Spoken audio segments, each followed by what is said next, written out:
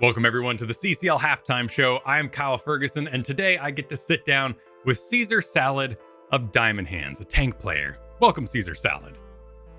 Thank you for having me, Kyle. It's good to be here. It's good to talk to you again after our wonderful Johanna review video over on the YouTube. But for those of you who do not know Caesarsalad, if you could please introduce yourself and your background in Heroes a little bit. Yeah, I'll try to keep it short. I'm the main tank for Diamond Hands Esports. I originally started off as a healer main. When HGC died, I took a big break from the game. Came back, decided I want to kind of switch things up a little bit. I did play healer for a little bit, but ultimately wanted to change of pace and tried out tanking, and it worked. So here we are. And here we are. And you have become quite the tank. Though recently you've become a Muradin main. So looking at the season so far, you danced around a little bit. You had sadly won a Nubarak game, which is what you're previously known for, and then an amazing Johanna game, and then why so much Muradin? And the same build too. Just it's working, I guess. Yeah, there's a few different answers for that. My first one would be you gotta ask my drafter, Nintori. I don't ask too many questions in the draft. A team player. Exactly. If he says jump, I say how high. So if he wants Muradin, then I'll play the dwarf. But jumping. Yep. It's just a solid tank all around. Yeah. Now, the Storm League crew is quite enthusiastic about Skull Crusher or Skull Basher. You're level 7. Skullcracker. One of those. Why do you always go that one? Yeah, I think most tanks probably underutilize their auto attacks, and Skullcracker just makes Muradin more of a melee assassin than an actual tank, so it gives him kill potential even in one-on-ones. So that's what I like about Skullcracker. And we've heard that in this meta for this season, things have become very tank busty. That often you, as the tank player, are the number one focus of all the fire. Do you feel like that's true? And is that still the meta going forward?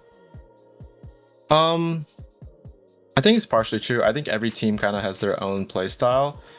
I think killing the tank is an easier play style to execute, which lends to the fact that teams aren't as practicing as much as they are now versus like HGC.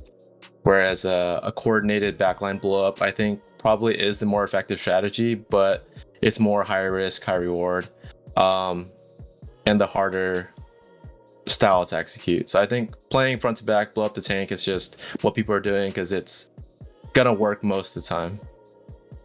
And does that kind of move you off of a Nubarak in that way? Now that you mention it, maybe so, yeah, because Nubarak is more squishy, more kind of like trying to finesse the fights, looking for a engage on the back line, but who knows, maybe we'll see a resurgence. We're only halfway through the season.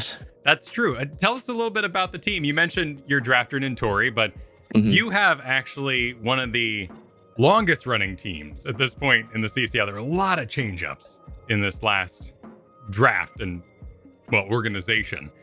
How's Diamond Hands doing? Yeah, we're doing good. We've had a couple of roster swaps, so we're still making some style adjustments, hero pool adjustments and stuff, but big shout out to Chris, our org owner.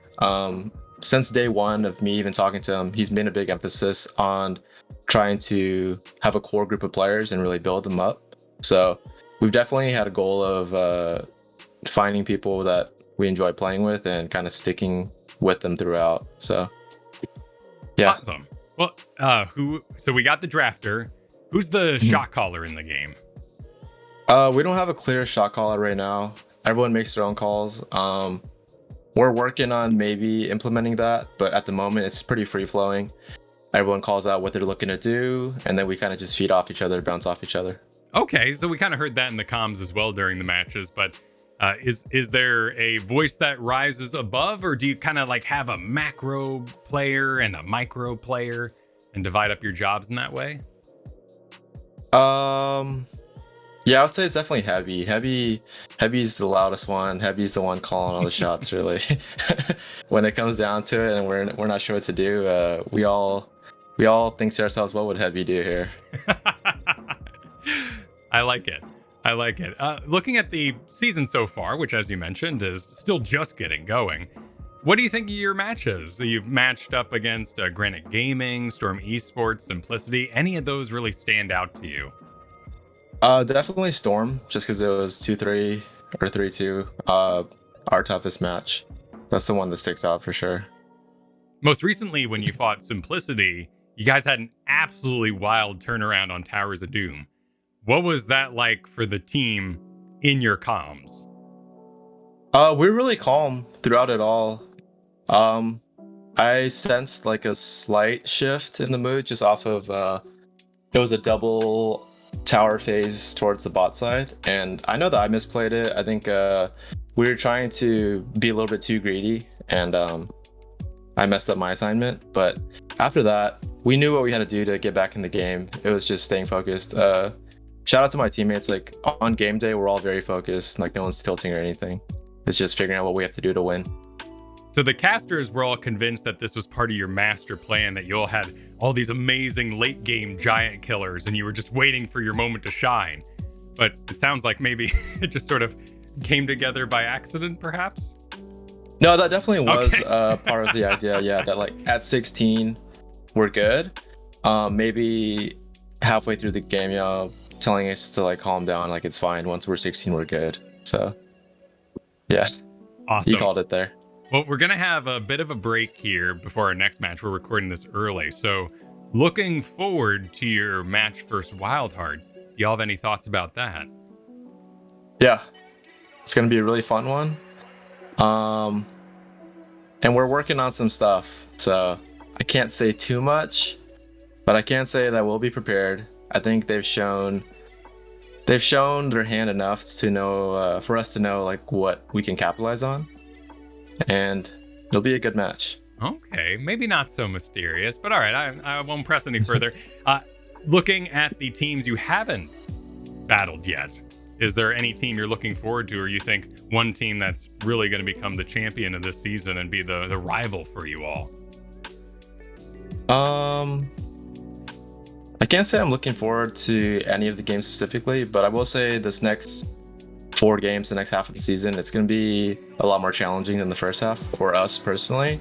So it should be a fun ride, all 4 games.